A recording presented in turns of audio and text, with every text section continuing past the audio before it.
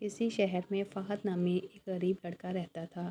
اس کا باپ اس کی پیدائش سے چند ماہ پہلے ہی مر گیا تھا۔ ماں نے بہت محبت سے اسے پالا پوسا تھا۔ جب وہ 18 سال کا ہوا تو ماں نے اسے سودا سلف کے لیے بازار کی طرف بھیجا۔ اس ملک کا رواج تھا کہ وہاں کی شہزادی اور اس کی سہیلیاں جب بازار میں نکلتیں تو ان کے پردے کے لیے بازار بند کر دیے جاتے تھے۔ جب فہد اس شہر میں داخل ہوا تو اچانک شاہی ڈولی اس طرف آ نکلی اور لوگوں نے ادھر ادھر بھاگنا شروع کر دیا۔ فہد چونکہ اس رواج سے واقف نہ تھا اور وہ شہر میں پہلی بار آیا تھا، جب بھگدڑ مچی تو فہد حیرانی سے ادھر ادھر دیکھنے لگا۔ نیا نیا آیا تھا اس لیے کھڑا رہا۔ اتنے میں سپاہی آ گئے۔ انہوں نے فہد کو پکڑ لیا اور شہزادی کے سامنے حاضر کر دیا۔ شہزادی نے اسے بھولا بھالا اور سیدھا سادہ دیہاتی سمجھ کر چھوڑ دیا۔ فہد نے قیمتی لباس میں جو مہربان شہزادی کو دیکھا تو وہ حیران رہ گیا اور گھر آ کر ماں سے بولا وہ تو شہزادی سے ہی شادی کرے گا۔ اس کی ماں یہ بات سن کر بہت ڈری، مگر جب اس کا بیٹا کسی طرح نہ مانا تو وہ بادشاہ کے پاس گئی اور بولی میرا بیٹا تمہاری بیٹی سے شادی کرنا چاہتا ہے۔ بادشاہ بہت رحم دل تھا۔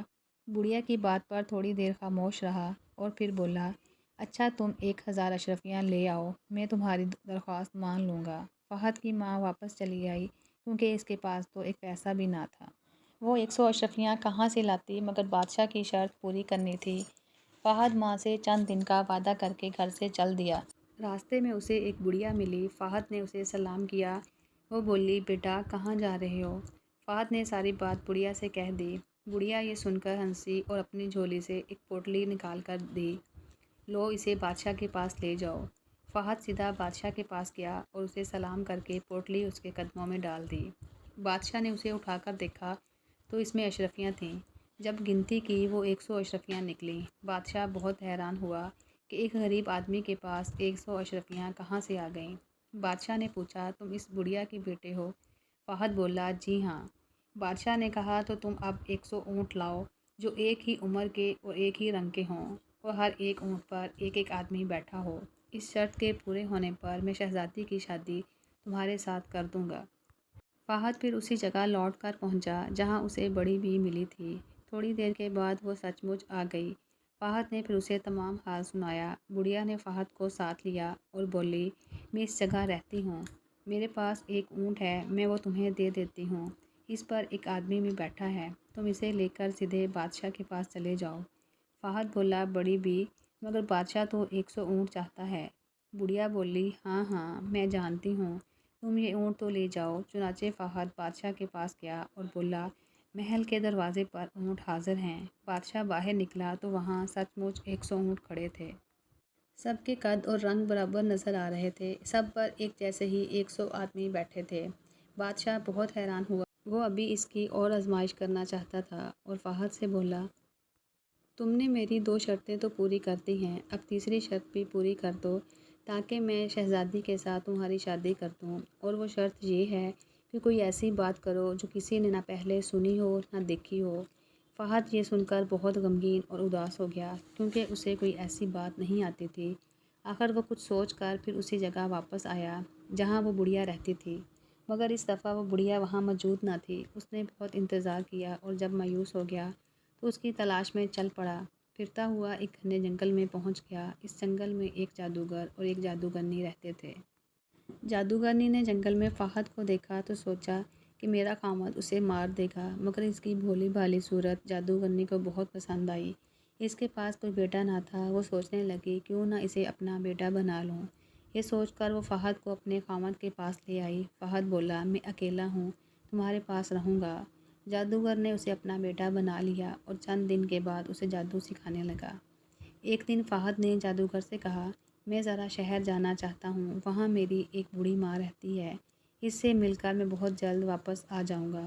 یہ بات سن کر جادوگر کو بہت غصہ آیا، لیکن چونکہ اسے اپنا بیٹا کہہ چکا تھا اس لیے وہ چپ رہا، البتہ یہ کہہ دیا کہ بیٹا شہر میں جادوگر کی بات نہ کرنا ورنہ پچھتاؤ گے۔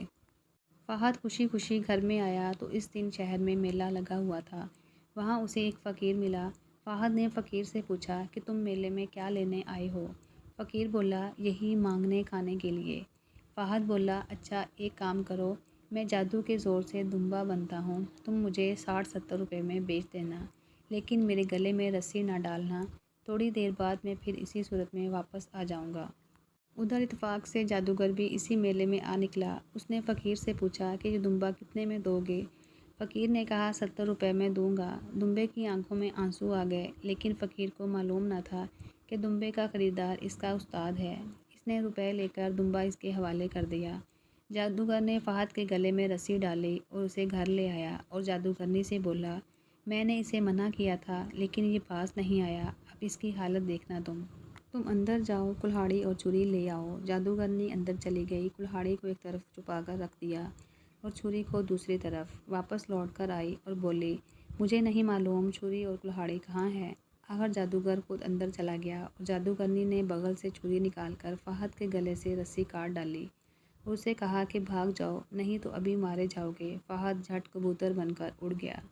جادوگر باہر نکلا تو اس نے دیکھا کہ دمبا نہیں ہے۔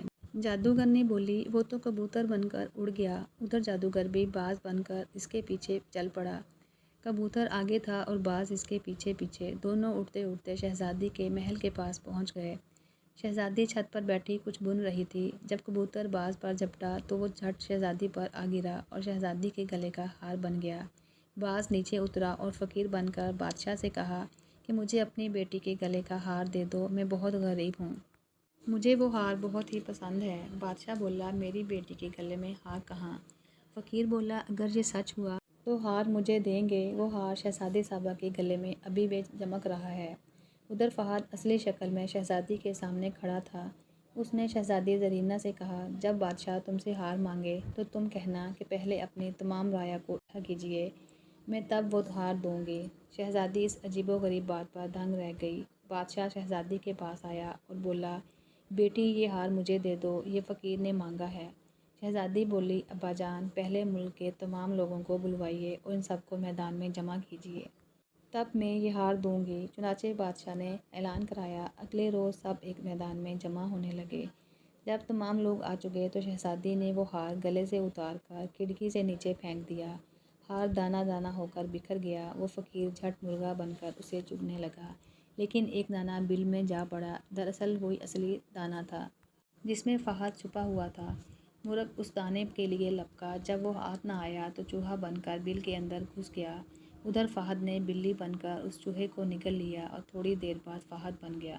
بادشاہ کے پاس آ کر بولا، لیجیے، آج آپ کی آخری شرط بھی پوری ہو گئی۔ نئی بات دیکھ لی نا، جو آپ نے پہلے کبھی نہ دیکھی نہ سنی۔ بادشاہ اور سب لوگ دیکھ کر تعجب میں رہ گئے اور اسی روز فہد کی شادی شہزادی سے کر دی۔